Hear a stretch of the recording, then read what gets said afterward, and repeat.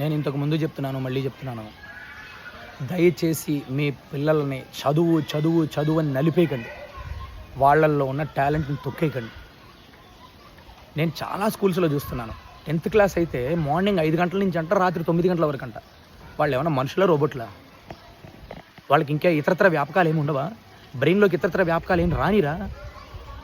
మీ institutes యొక్క ర్యాంకుల కోసము, మీ ర్యాంకుల కోసం మీరు పేపర్లలో ఫస్ట్ పేజీలో, ఫ్రంట్ పేజీలో గొప్పగా వేసుకోవడం కోసము పిల్లలను చదువు చదువు చదువు అని రుద్ది రుద్ది రుద్ది మానసికంగా ఒత్తిడికి గురి చేసి వాళ్ళంతటా వాళ్ళే సూసైడ్ చేసుకునే స్థాయికి చేస్తున్నారు.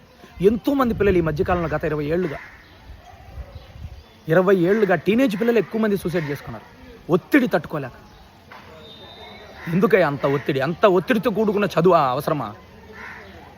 ఆహ్లాదకరంగా ఆడుతూ పాడుతూ చదవాలి. ప్రతి ఒక్క పిల్లవాడు ఒక యూనికే.